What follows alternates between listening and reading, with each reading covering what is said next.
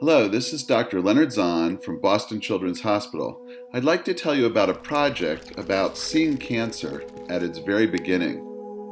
This work is going to be published in the journal Science. When a patient has a mole, it is a benign situation, and there is a proliferation of skin cells called melanocytes. This is usually not a problem, but occasionally there's a cell within the mole that can lead to the onset of melanoma. And as the melanoma grows beneath the skin, it can become very deadly.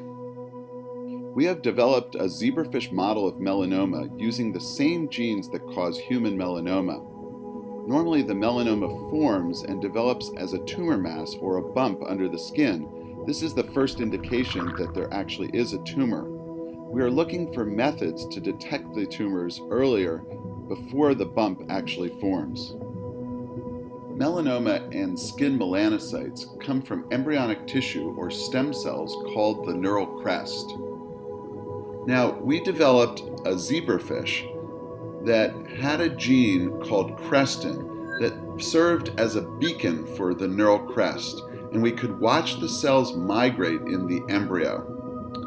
The normal neural crest cells will actually differentiate to become pigment cells, the melanocytes.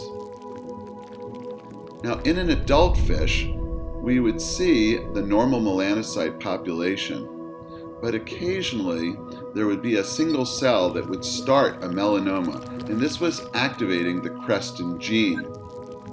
The cells would proliferate, and this would ultimately lead to a melanoma.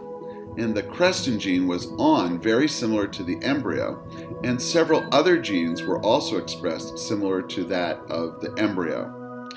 From a diagnostic standpoint, the turning on of these set of genes that represent the neural crest could be a new way of diagnosing a mole to be malignant.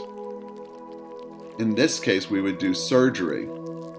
In addition, it's possible to develop a therapeutic, such as a cream, that could stop those genes from ever being expressed, and this would lead to ultimately a cure, stopping cancer before it even begins.